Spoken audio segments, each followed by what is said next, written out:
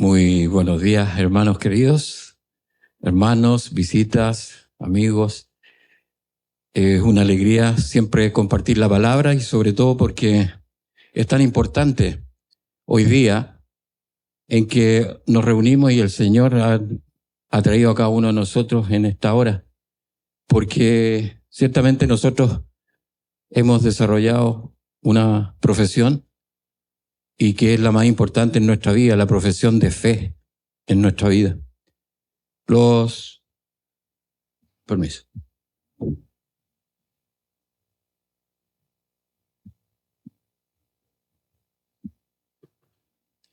Normalmente los abogados obviamente desarrollan su actividad, su profesión en los juzgados, los tribunales. Los futbolistas en los estadios desarrollan su profesión. Y así cada uno tiene su lugar. Y hoy día nosotros aquí realizamos nuestra profesión de fe en la edificación, en el desarrollar y en el sujetarnos al Señor Jesucristo, que nos dice es su palabra y para lo cual Él dio su vida justamente para que podamos nosotros recibir vida eterna. Es tan importante, hermanos, hoy día que podamos compartir en esta hora que el Señor ha dejado en su palabra, porque Él no está y no es un juego la fe. La profesión de fe no es un juego porque el Señor dio su vida por nosotros. Por lo tanto, esto es serio y es de vida o muerte, y es por vida o muerte por la eternidad. Por lo tanto, en este libro Apocalipsis también nos ayuda a entender que el Señor tiene el plan de justicia desarrollado para el mundo, para el ser humano. Y por eso hoy día es tan importante revisar esa palabra, revisar cada uno de estos mandamientos que el Señor nos dejó y su revelación. En este libro ciertamente hemos visto que es un libro que está hecho para la iglesia, no está hecho para el mundo. Este libro justamente es para entender que su iglesia desarrolla una parte importante en la vida eterna para el reino del Señor. Así podemos entender que también el mundo no puede comprender muchas veces, y veíamos en la clase de los niños, Satanás conoce la palabra, pero no la obedece, no la ejecuta, no la lleva a su vida, no la desarrolla en su vida. Y así muchas personas en el mundo pueden desarrollar, conocer, pero no tener el Espíritu del Señor para tener esta palabra y hacerla viva en su vida. ¿Y por qué entendemos que la iglesia en estos tiempos, llegamos al capítulo 13, ya hemos visto hasta el capítulo 12, todo lo que nos enseña y nos revela Apocalipsis. Y vemos que hasta el capítulo 5 está la iglesia, habla a la iglesia, le instruye a la iglesia, y hay iglesias también que son reprendidas, son llamadas la atención para que se arrepientan y busquen con todo el corazón a Dios. Así, hasta el capítulo 5 habla a las iglesias. Y la visión muestra también por qué decimos que la iglesia no pasa por tribulación, porque también presenta hasta el capítulo 5 24 ancianos, que son ciertamente seres humanos glorificados que conforman a la iglesia, los cuales son entregados, a los cuales estos les fueron entregados coronas, ropas blancas, arpas y copas de oro, justamente para identificar que son los ancianos de la iglesia que representan a toda la iglesia. Y también porque cantaban cánticos de redimidos del Cordero. Ellos son, y la iglesia es el único que puede cantar este cántico, que somos redimidos del Cordero. Los creyentes en Jesucristo son los únicos que pueden cantar este cántico, porque sabemos que hemos sido redimidos del Cordero.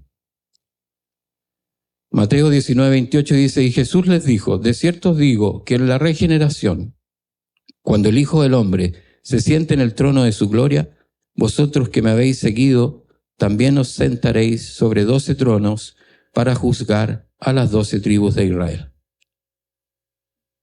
Por eso, y muchos otros más versículos, pasajes, nos confirman que la iglesia estará en el cielo, con Cristo, en la adoración celestial, y no estará en la tierra en el periodo de tribulación. La iglesia estará en el cielo cuando se abran los sellos de los juicios. Estarán ahí los ancianos que representan a la iglesia, y por lo tanto ahí en ese momento se abren los sellos de los juicios. Y los ancianos están ahí presenciando esto. Por eso hay muchos otros pasajes que confirman que la iglesia no pasa por la tribulación. Así, del capítulo 6 al 11, después de esto, de que la iglesia está en el cielo y se abren los juicios, en la tierra habla qué es lo que pasa del capítulo 6 al 11, en la tierra. ¿Qué pasa? Los sellos y el toque de las trompetas. Se inician los sellos, los juicios, a través de los sellos y de las trompetas. Y en la tierra, ¿quiénes estarán?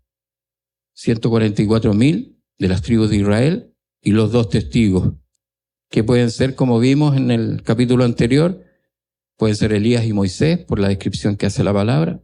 La palabra no lo especifica. Pueden ser Daniel y Juan, porque Daniel es como el autor del Apocalipsis en el Antiguo Testamento y Juan es el autor del Apocalipsis en el Nuevo Testamento, obviamente inspirados por el Espíritu del Señor. La palabra no lo dice, por lo tanto nosotros no podemos decir quiénes son, a menos que estuviera interpretada por la misma palabra. Y así en Apocalipsis dice 10:4, cuando los 7 truenos hubieran emitido sus voces, yo iba a escribir, pero oí una voz del cielo que me decía, sella las cosas que los 7 truenos han dicho y no las escribas. Así por eso decimos que no todo lo podemos específicamente definir, sino porque hay muchos detalles, muchas cosas en la palabra que el Señor revela y otras que serán reveladas en el momento cuando ocurran, ¿cierto? Entonces, ¿por qué, hermanos, entendemos esto de que la iglesia está en el cielo y por qué Israel está en la tierra? ¿Por qué entendemos esta separación entre la iglesia en la adoración celestial e Israel que se encuentra en la tierra? Y una de tantas, a esta es la parábola de la gran cena que el Señor Jesucristo hace. El Señor Jesucristo en la parábola de la cena dice, entonces Jesús le dijo, un hombre hizo una gran cena y convidó a muchos, y a la hora de la cena envió a su siervo a decir a los convidados, venid, que ya todo está preparado. Y todos a una comenzaron a excusarse. El primero dijo que compraba una hacienda y necesito ir a verla, te ruego que me excuses. Y así comenzaron a hacer excusas para no asistir a esta cena, a esta gran cena. Y vuelto el siervo, le dice, ¿hizo saber estas cosas a su señor? Entonces, enojado, el padre de familia dijo a su siervo, ve pronto por las plazas y las calles de la ciudad y trae acá a los pobres, los mancos, los cojos y los ciegos. Y dijo el siervo, se ha hecho como mandaste y aún hay lugar. Dijo el Señor al siervo, ve por los caminos y por los vallados y fuérzalos y trae para que se llene mi casa. Porque os digo que ninguno de aquellos hombres que fueron convidados gustará mi cena. Aquí en la parábola, un hombre planeó un gran banquete y envió ciertamente invitaciones a los que querían, a los que él quería y tenía preparada la cena. Cuando el banquete estuvo listo, envió a su siervo a contactar a cada uno de ellos, a sus invitados, diciéndole que todo estaba listo, todo a punto de comenzar. Uno tras otro, los invitados dieron excusas. Excusas, como podríamos decir, medias baratas, ¿va? Para no venir. Uno acababa de comprar una hacienda y tenía que ir a verla. Otro compraba bueyes y dijo esto también. Y otro dio excusa que se había casado recientemente y por eso no podía ir. ¿Y qué impide que alguien que esté recién casado vaya a una cena? Cosas así. Cuando el dueño de la casa escuchó estas excusas, que también eran tan poco convincentes, sino que más parecían falsas, él dijo a su siervo que olvidara a la lista de los invitados. Le dijo, ve afuera y ve por los callejones, por los sectores cerca del lugar donde estaba la gran cena. El siervo ya había traído a los marginados de la ciudad y aún había lugar en el salón del banquete. Por lo tanto, el dueño envió a su siervo a una búsqueda más amplia, más lejos, llegar a donde la cosa era que se llenara la gran cena. Lo importante era que estuviera lleno la cena, la mesa. Jesús aquí termina la parábola relacionando la determinación del dueño de la casa de que ninguno de aquellos hombres que fueron convidados gustara mi cena. Es decir, aquí el Señor dice y enfatiza que todos ellos que para los cuales fue preparada la gran cena y no quisieron venir, no iban a gustar la cena que él había preparado. Esta afirmación que hace un judío ahí sentado a la mesa con el Señor es la clave en la respuesta que el Señor hace. En Lucas 14:15 dice, oyendo esto, uno de los que estaban sentados con él a la mesa le dijo, bienaventurado el que coma pan en el reino de Dios. Este hombre que en el versículo 15 espera cenar en el reino solamente porque se existía esa como costumbre o tradición de que era muy popular decir que por ser judío, por ser israelita, iba a estar en la gran cena. Y la parábola que Jesús cuenta se dirige justamente a desmontar esta idea. Justamente Jesús desmonta esta idea que tenían. El dueño de la casa es Dios y la gran cena es el reino. Es una metáfora que fue justamente sugerida por el orador de la mesa. Los invitados presentan la nación judía el reino que fue preparado para ellos. Pero cuando Jesús vino predicando que el reino de los cielos se había acercado, ellos lo rechazaron. Cuando el Señor Jesús vino y dijo, les anunció que el reino estaba cerca, Él no fue escuchado, fue rechazado.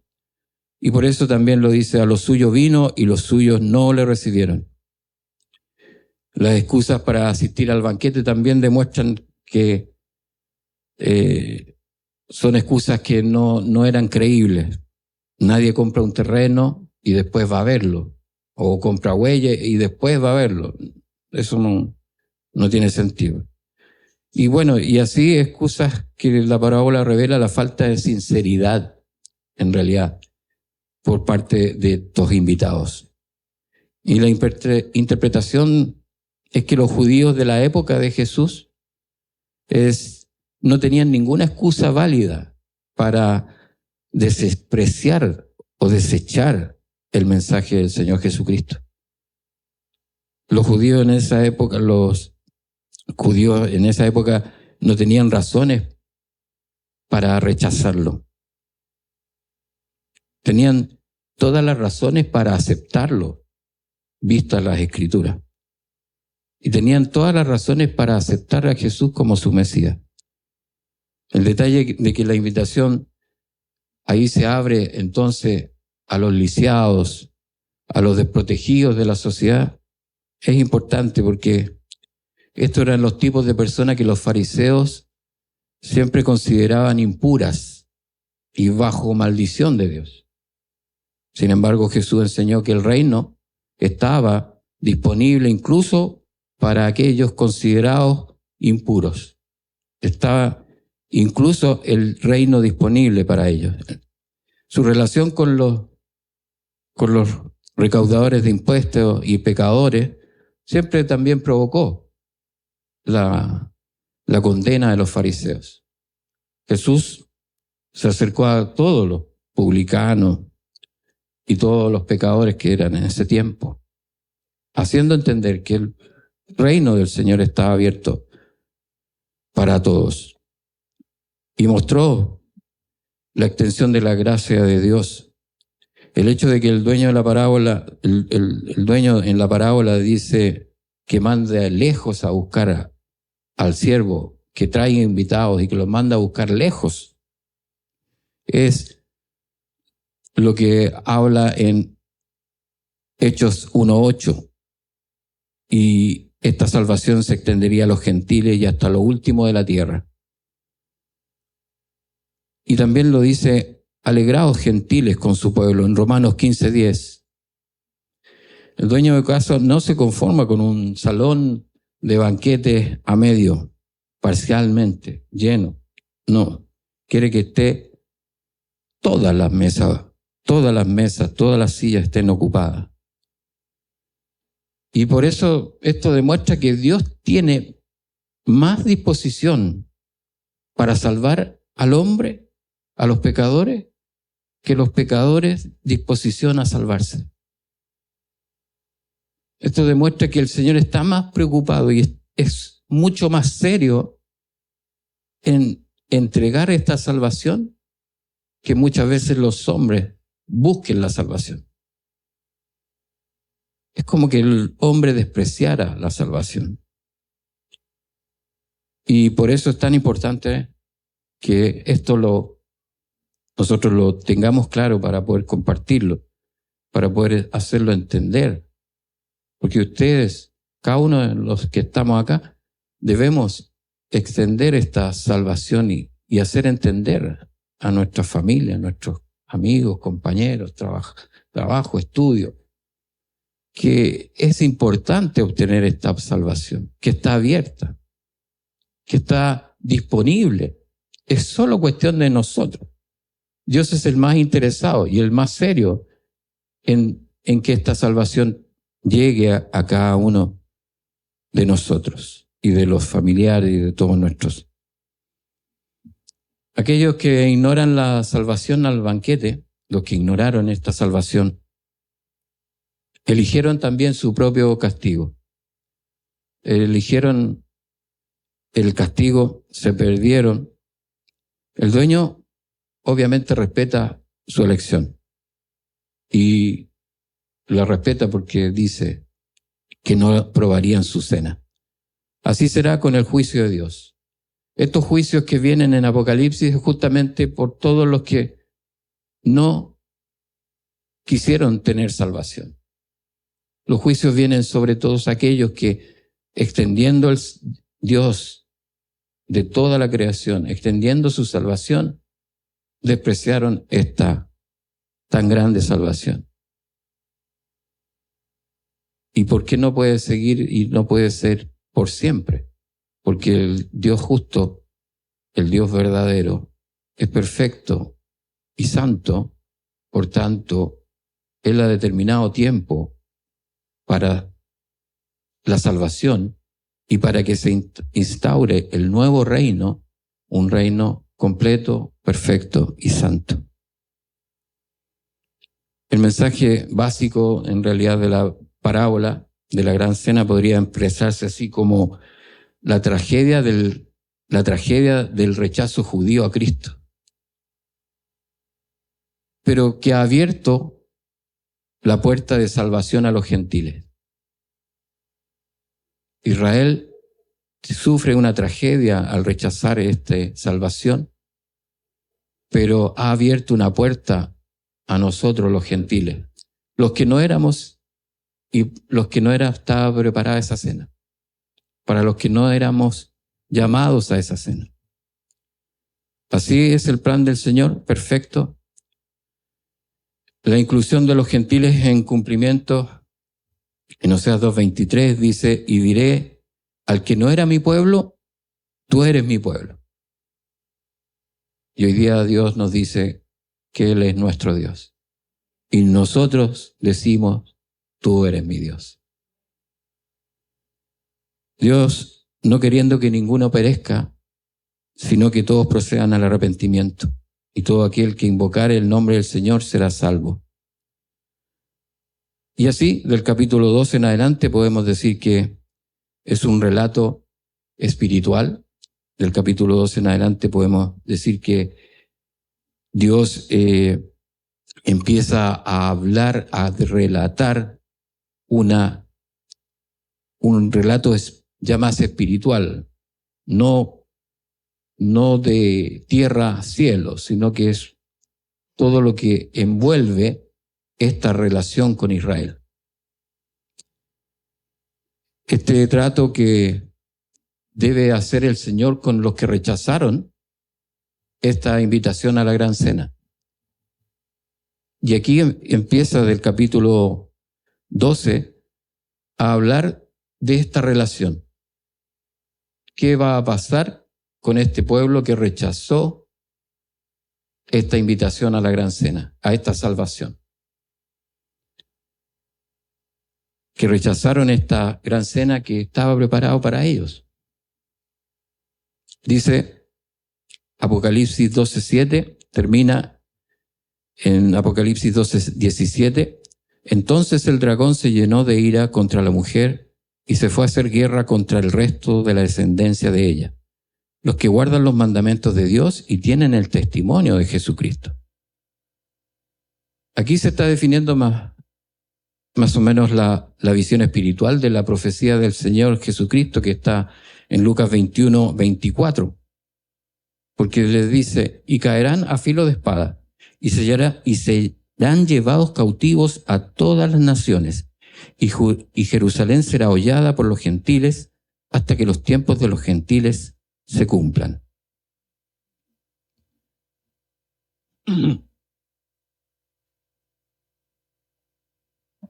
¿Qué estaba diciendo el Señor Jesucristo en esto?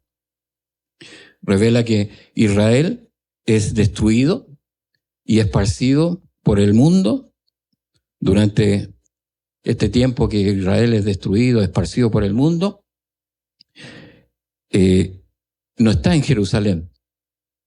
Y la ciudad es hollada por los gentiles. ¿Y quiénes son los gentiles? Los romanos que pasaron, bizantinos en este periodo, los árabes que construyeron la cúpula dorada, los cruzados, los turcos, los otomanos y finalmente los ingleses. Todos estos gentiles pasaron por Jerusalén y hollaron la ciudad. Pero después de 2000 años, Israel vuelve a tomar el control. Vuelve a tomar el control de Jerusalén. Por lo tanto, esto significa que el tiempo de los gentiles se está acabando. El tiempo de los gentiles. ¿Y qué es el tiempo de los gentiles? Como vimos en la parábola, cuando Israel rechazó al Señor Jesucristo, los gentiles son todos los que invitados a la gran cena por fe en el Señor Jesucristo. Los gentiles son todos los que por fe en Jesucristo tienen su vida y desarrollan su profesión de fe que hablamos. Esta profesión de fe que ciertamente nos da el Señor. Y así llegamos al capítulo 13, que es muy importante porque nos da una visión clara y breve de lo que ocurrirá en los últimos días. Los últimos días, Apocalipsis 13, del 1 al 2 dice, me paré sobre la arena del mar y vi subir del mar una bestia que tenía 7 cabezas y 10 cuernos, y en sus cuernos 10 diademas, y sobre sus cabezas un nombre blasfemo. Y la bestia que vi era semejante a un leopardo, y sus pies como de oso, y su boca como boca de león.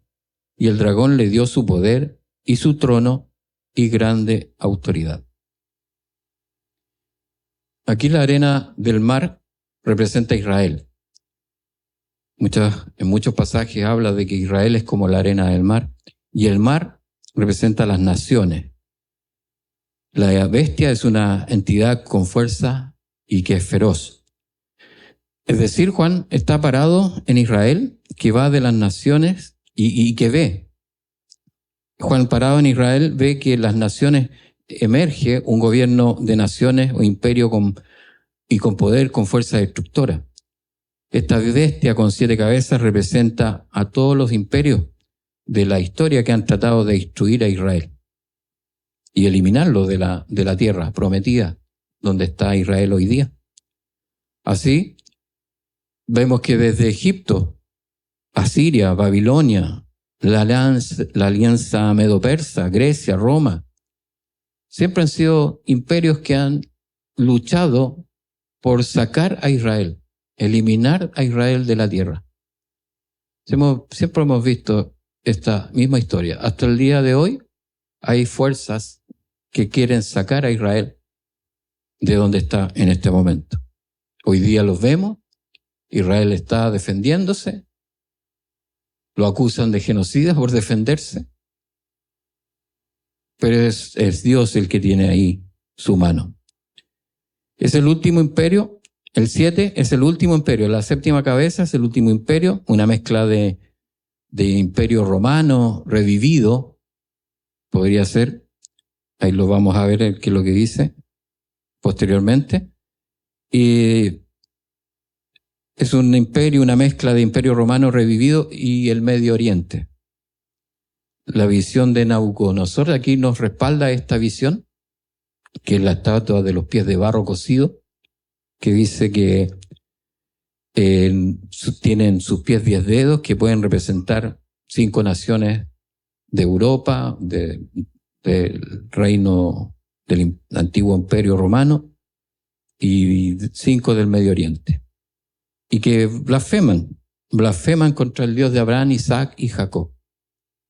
Todos estos imperios que Satanás ha dado su poder y su trono y gran autoridad por toda la historia que hemos conocido, desde Egipto, como les comentaba, hasta estos días. Ese es el poder de Satanás que ha usado a través de estos imperios. Y en el versículo 3 y 4 dice: vio una de sus cabezas como herida de muerte, pero su herida mortal fue sanada. Y se maravilló toda la tierra en pos de la bestia.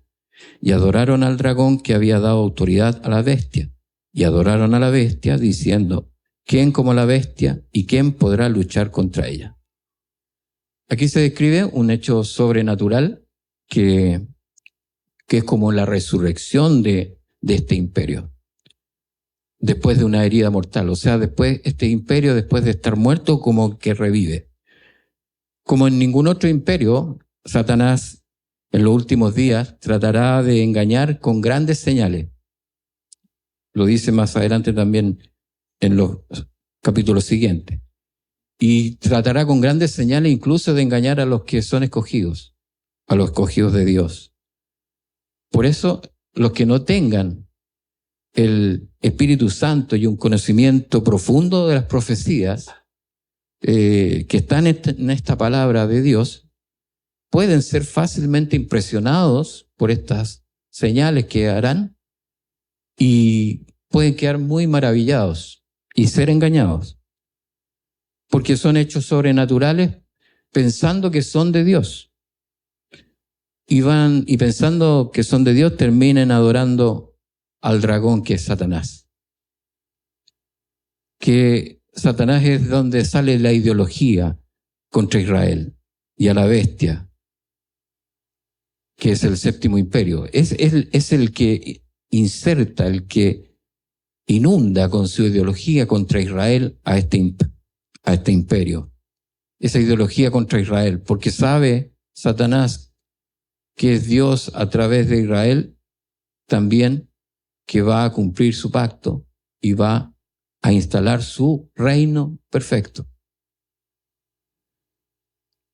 También, en el versículo 5 y 6 dice: también se le dio boca que hablaba grandes cosas y blasfemias, y se le dio autoridad para actuar 42 meses. Y abrió su boca en blasfemias contra Dios, para blasfemar de su nombre, de su tabernáculo y de los que moran en el cielo. Aquí en estos pasajes señala que este imperio es de corto tiempo, 42 meses, es decir, 3 años y medio. la mitad de la semana de 7 años que está en la profecía de Daniel. Y este imperio proclama y habla blasfemias contra Dios. Hoy día no es muy distinto. Habla blasfemias contra su creación, contra los ángeles y contra su iglesia que está en los cielos, contra nosotros. En el versículo 7 y 8 dice: y se le permitió hacer guerra contra los santos y vencerlos. También se le dio autoridad sobre toda tribu, pueblo, lengua y nación. Y la adoraron todos los moradores de la tierra, cuyos nombres no estaban escritos en el libro de la vida del Cordero, que fue inmolado desde el principio del mundo. Así, durante este corto periodo de tiempo, Dios permite, en su justicia, que los creyentes en Cristo sean muertos y que en este imperio tenga autoridad sobre toda la tierra. Dios permite esto por un breve tiempo, por un corto tiempo de 3 años y medio. Permite que los creyentes en Cristo sean muertos y que pueda ejercer esta autoridad sobre toda la tierra, este imperio que se define como otros imperios que han gobernado sobre la tierra, influidos por Satanás. Así, también Dios permite que adoren a este imperio. Los que no recibieron la salvación en Cristo, a los que no tienen una relación con Cristo, una relación personal con Cristo, sino que son los que aman las cosas más del mundo que las cosas del cielo. A ellos les permite que adoren a este imperio que es una bestia. Así, los que hoy se declaran muchas veces neutros, que son los que creen en Dios pero a su manera. Yo era uno también de esos, que creía en Dios pero a mi manera. Eso no pueden estar delante de la presencia de Dios, porque es a la manera de Dios, no es a mi manera. Estos que creen en Dios a su manera en el periodo de tribulación tendrán que adorar a este imperio, a esta bestia. Y si no lo hacen, porque ellos son neutros, tendrán que morir. Esas serán las condiciones del nuevo imperio. Así, en este periodo de tribulación, no habrá elección. O eres del imperio o mueres. Si alguno tiene oído, oiga, dice el versículo 9. Es un llamado profundo, en realidad, a la atención espiritual, más que el oído físico. Es un llamado de atención profundo a lo espiritual, a la comprensión y la capacidad de respuesta, a ir más allá de la mera recepción auditiva, sino que es un compromiso profundo a un nivel del corazón, en el corazón con la palabra de Dios. A eso espera que el que tiene oído oiga, que reciba esta palabra, pero que entre en el corazón profundo y llegue al Espíritu y lo haga en su vida. Así llegamos al versículo 10, dice: si alguno lleva en cautividad, va en cautividad. Si alguno mata a espada debe ser muerto. Aquí está la paciencia y la fe de los santos.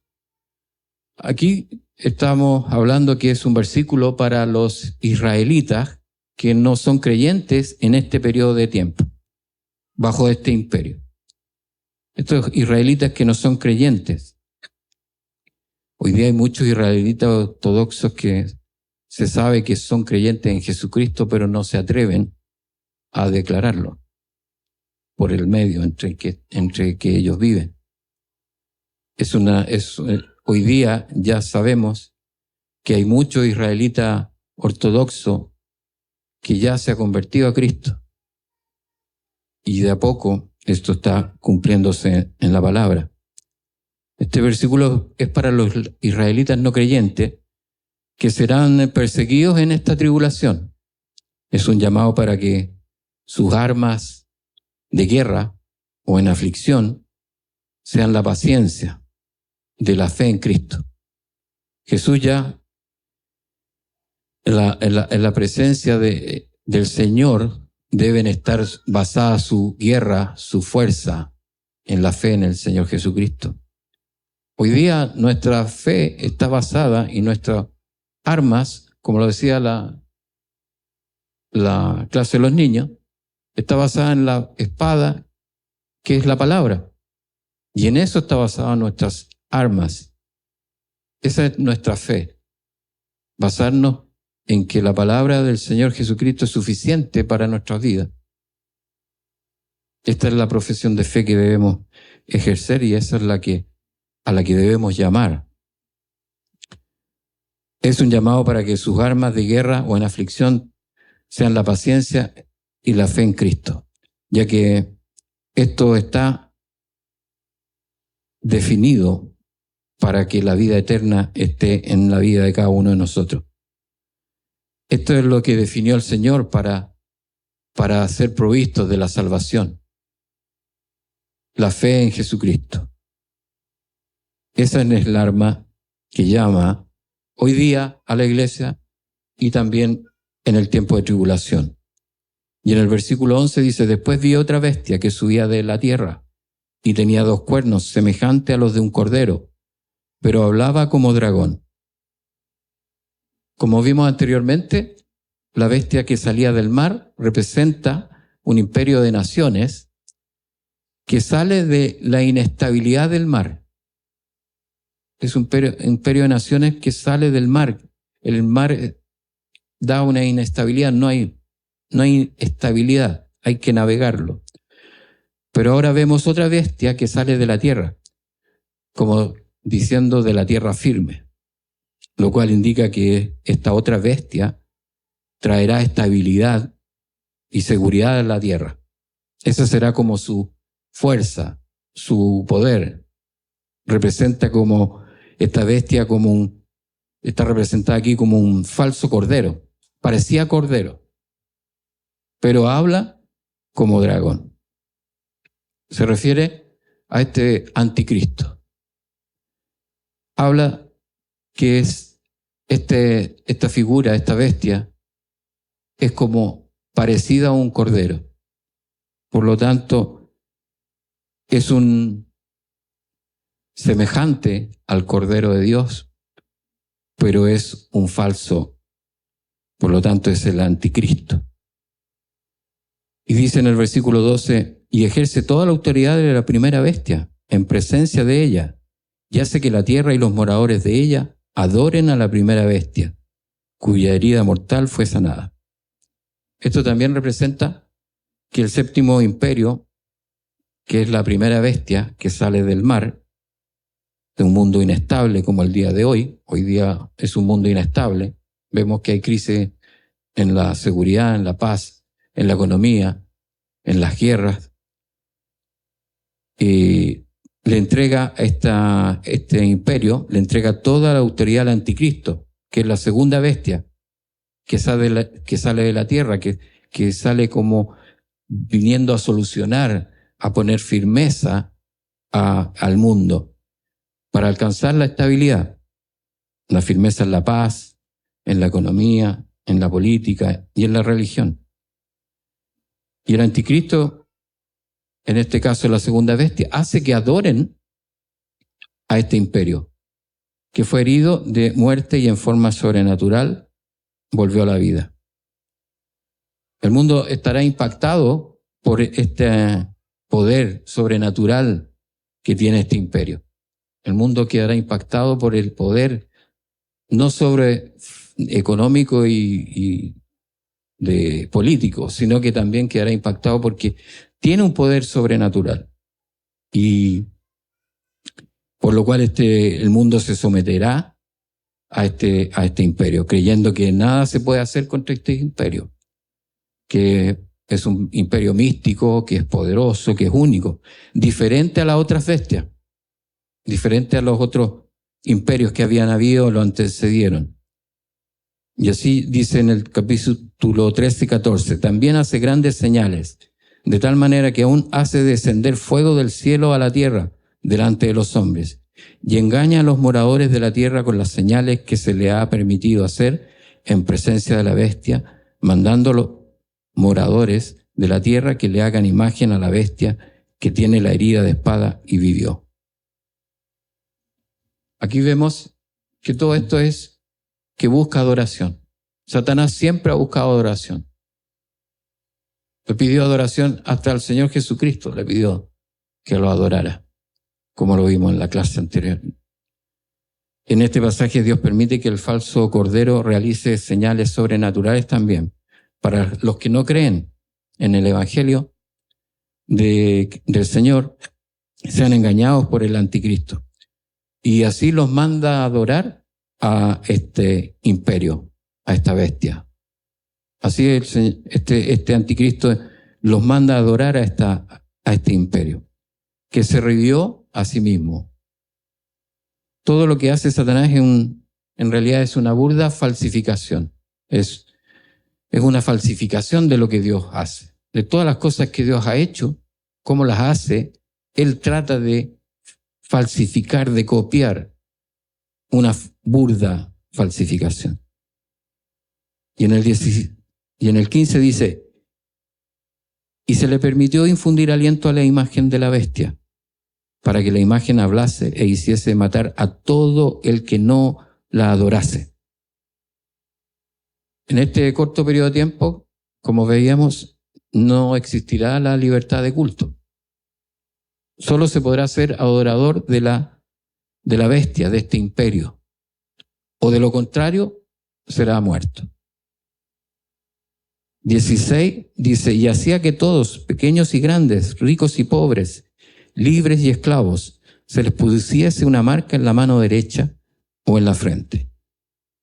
¿Y por qué una marca en la mano, en la frente y en la mano derecha? Aquí podemos ver otra falsificación de Satanás. Los judíos ortodoxos usan las filacterias, que son pequeñas cajitas que tienen dentro palabras, versículos de la Torá, de los mandamientos del Señor, y se los ponen en la frente y se los ponen en el brazo izquierdo. Y se ponen amarradas en el brazo izquierdo porque se refiere cerca del corazón. ¿Y qué representan estas filacterias? Que representan que deben mantener la palabra de Dios en su mente y en su corazón. Y en las obras de sus manos. O sea, ellos ponen aquí tratando de que la palabra de Dios, la Torá, les quede y la usen en su mente, en sus manos, en su trabajo y en su corazón todo el tiempo. Y que esta sea su guía de vida y sea obra de sus manos cada día. Y así en el 17, y que ninguno pudiese comprar ni vender, sino el que tuviese la marca o el nombre de la bestia, o el número de su nombre. De esta manera serán confrontados los creyentes. Aquí los creyentes y no creyentes serán confrontados a vivir dependiendo de Dios o dependiendo del imperio del anticristo. Será el momento en que se tiene que definir si eres de Dios o eres del imperio, de esta bestia. Siempre es bueno preguntarnos, hermanos, si estamos viviendo hoy día nosotros en las manos de Dios. Si hoy día estamos viviendo dependiendo de Dios o más dependiendo del mundo. ¿Cómo estamos viviendo hoy día? ¿Estamos totalmente entregados a Dios En el 18 dice, aquí hay sabiduría. El que tiene entendimiento, cuente el número de la bestia, pues es número de hombre y su número es 666. El 6 es el número del hombre, ya que se interpreta como el número de hombre, ya que el relato bíblico dice que el hombre fue creado en el sexto día. Algunos también lo asocian con los enemigos de Dios, debido a su proximidad con el número 7. Está cerca del 7, pero no es perfecto como Dios. Semejante imagen de Dios, pero no es perfecto como Dios. Hay muchas cosas que la palabra no detalla. Muy probable que el momento que sea manifiesto este anticristo con el número 666, teniendo entendimiento, se podrá interpretar y se podrá entender. Pero como la palabra, hay muchas cosas que, como dice, las sella y no las escriba. Tampoco podemos especular mucho más allá del número que está escrito aquí, en el versículo. Entonces, no podemos especular con el número. Es un número que el Señor pone, será sellado y será revelado en su momento. No lo ha revelado todavía. Hermanos, estamos viendo el cumplimiento de todas las señales que están en la palabra. Israel ha vuelto a su tierra, hoy día lo vemos, que está en su tierra, después de 2000 años en que había desaparecido. Eso es uno de los palabras que está, Ezequiel 37 dice, y profeticé como me había mandado, y entró espíritu en ellos, y vivieron, y estuvieron sobre sus pies un ejército grande en extremo. O sea, ¿cuántas veces hemos pensado en el año 1800, en el mayo, que Israel, qué es lo que era? Era impensable que se cumpliera esta palabra. En ese tiempo, en el 1900. En el 1900 era impensable que esta palabra se pudiera cumplir. Un ejército grande en extremo. Vemos hoy día como Israel está siendo atacado, pero Israel no es destruido. Vemos esas cosas en la palabra que se están cumpliendo. El ejército de Israel hoy día está haciendo cosas que nunca se habían visto antes, destruyendo a través de dispositivos electrónicos, cosas que solo la inteligencia del Mossad ha hecho en el mundo. Entonces, ¿cómo podemos entender estas cosas? Ayer escuchaba a Donald Trump que decía que si él no sale presidente, Israel sería borrado del mapa. Entonces dan ganas de decirle, mira, la palabra dice que Israel no va a ser movido de ahí. Donald Trump, quien esté. Porque es el Señor el que cumple su palabra, no el hombre. Entonces, por eso vemos, hermanos, que hoy día Israel sigue siendo el centro, el eje del mundo. Todo está girando a través de Israel. ¿Por qué? Porque su palabra así lo dice. Porque Dios tiene pacto con Israel. Y podemos ver que Dios cumple su pacto. Y así como Dios cumple su pacto con Israel, cumple su pacto con la iglesia, cumple su pacto y todo lo que está en su palabra se cumple, debe motivarnos, ciertamente, a tomar en serio las promesas del Señor, las advertencias de su santidad, de que Él es santo, y debemos tomar en serio que está en juego la vida eterna de nuestras almas, de nuestros familiares, de nuestros amigos y de todos los que nos rodean. Debemos estar conscientes que esta palabra se va a cumplir, tarde o temprano. Dios es el más interesado en el mundo, en redimir al mundo. Dios es el más interesado y más serio en redimir a cada uno de los hombres, del ser humano. Y se ha jugado la vida en eso. Dio a su Hijo.